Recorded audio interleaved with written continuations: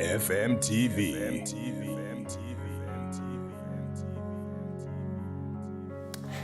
Every one of us has a village, and I want to talk to you for a moment about your village.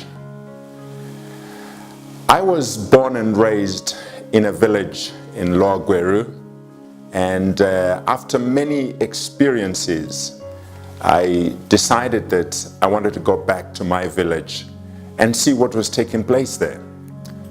When I got there, I discovered that the villagers were still farming the same way that they had farmed way before I was born. And while I was growing up, they had not even changed any of the ways that they were farming. And they were wondering why it was that they were receiving diminishing returns and not getting as much as they were getting before.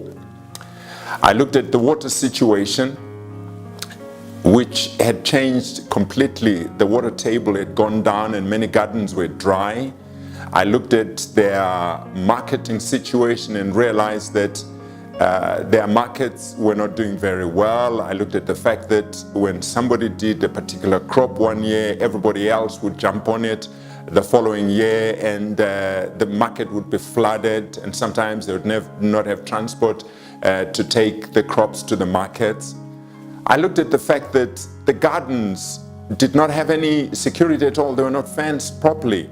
As a boy, we used to use bushes. Now forests have disappeared, and people are no longer able to build fences the way that we used to. When I looked at this situation, a sense of obligation came over me concerning my village.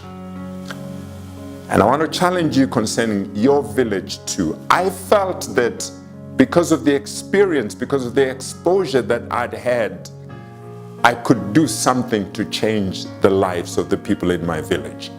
In fact, when I think about Zimbabwe, with over 60% of our population being in the rural areas, we cannot talk about development and transformation without talking about the village.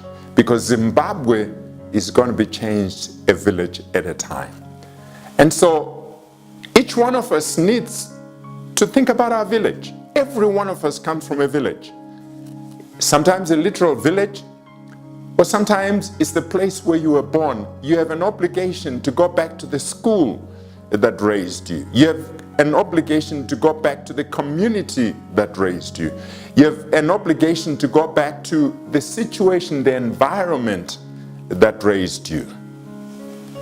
Unless we do that, to put back something in that particular community, in that particular school, the development of this nation will not take place. And so for me, it meant going back to my rural home. It meant fencing a garden that was maybe 3 or 4 hectares and dividing it into small portions and getting 35 families from the community to come and do market gardening there. It meant sinking boreholes in that place and making sure that the place was secure enough for these villages to be able to crop easily.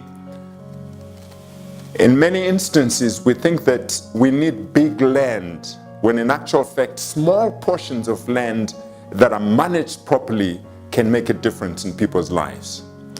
If you think carefully about where you come from, there is something that you can do to change the lives of people around you. In most instances, rural people think that life is in the cities. And they migrate. There's urban migration where they're going to cities to find a better life. And when they get there, they find that life is no better because there's no employment, there are no facilities, and at the end of the day, many will go into prostitution, will go into crime, will go into drugs. We can actually change Zimbabwe by taking the city back to the village. Instead of running from the village to the city, we can take the cities back to the village. We can improve the living conditions of people around us. We can improve their standard of living, and they can have a far better life in the village than people in the cities if they are empowered to better their own lives. And so my challenge in this segment is to say, go back to your village and do something. Let's change our villages. Let's embark on a going back to the village campaign where we go and develop our villages so that our nation can be lifted.